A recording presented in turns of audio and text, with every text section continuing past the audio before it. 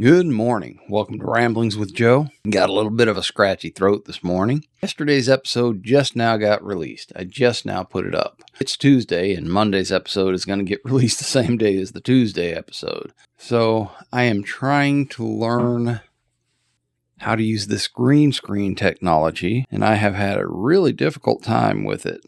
So just a brief explanation as to what's going on. I have these mics. These are DJI mics, and they're lapel mics. They're great for on the go. I'll be taking those with me today. And then I have these mics, and I want to use these mics, but I also want to use the green screen. I want to be able to replace my background with whatever I want. You guys have seen it. I've had mountains and, well, mostly mountains. I like the nature shots, but I can have anything. I can have an office, or I can have a cat. I can put anything back there on the green screen.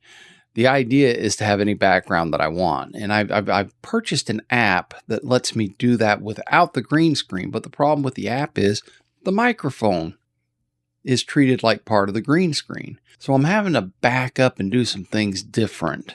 It's a little bit daunting learning new technology, and it's something that I really struggled with most of yesterday evening. When I got off work, I went immediately to work with the green screen technology, and it's like wrestling a greased up pig, man. I'm having a rough time with it. The video's out from the conclusion of the of my spiritual journey, and it's up, but it's by far not perfect. I still have a long way to go on this learning to edit within the green screen structure. So I'm struggling with that. I have to accept that some things are going to be difficult for me, and this is one of those things. And I'm really, really enjoying the struggle. It can be very frustrating. Last night I got very frustrated with the technology because honestly, because I had it wrong in my head. And I'm not going to go into the details because it's a bit of it's just weird is what it is.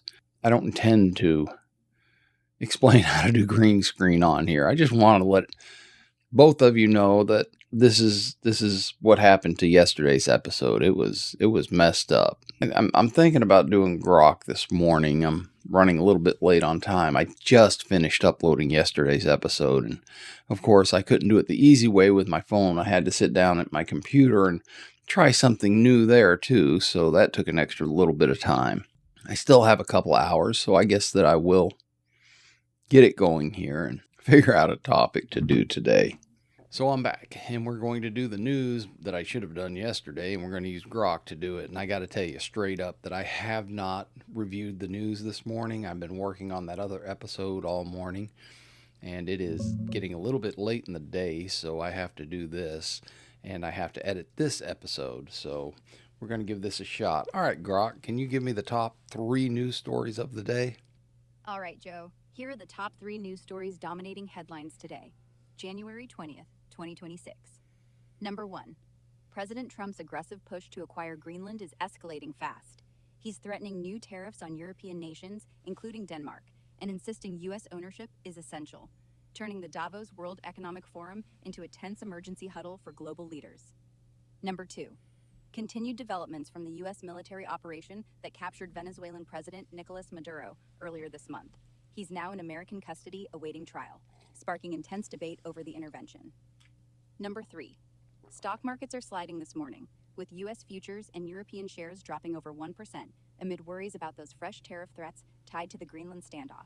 That's the big stuff right now. Wild day out there. So let's go with number 1, the president's push for Greenland. I think Greenland should probably be respected as a country unto itself. I know that it's owned by another country. Right now, with all this Trump pressure, Denmark's digging in. They've even sent more troops there, and Greenland's leaders are flat out saying no to any U.S. takeover. The people there are protesting big time too. It's still very much part of Denmark. Yeah, I think Greenland should probably be its own country. If it ever happens, it'll be after a long, messy referendum. The locals want it, but Denmark's not letting go without a fight, especially with Trump stirring the pot. Economy's still tied to subsidies from Copenhagen, so independence would be rough. It's a very tumultuous time. I don't particularly like the idea of imperialism. I don't think we should be going after other countries at this point. We can hardly handle what we have. I understand that President Trump, is a real estate developer, and this is probably his biggest what do you call it? Biggest gem in the crown of real estate. But this is, in my opinion, if the people of Denmark don't want to be part of America, they shouldn't be part of America. And I don't think we should be really taking in more country. I mean, as far as I'm concerned, this is just a grandiose attempt at a huge immigration move. And I understand there's a lot of minerals that we want or desire to have from Greenland, but that's Greenland's business, not ours. And they have ownership. They should have ownership over their territory. As far as Holland owning it, I'm sorry, Denmark owning it, it's a kingdom still. I think there's a big enough distance from one to the other that maybe we should get, instead of trying to acquire Greenland, we should maybe move for autonomy for Greenland. Make Greenland's people free. There you go.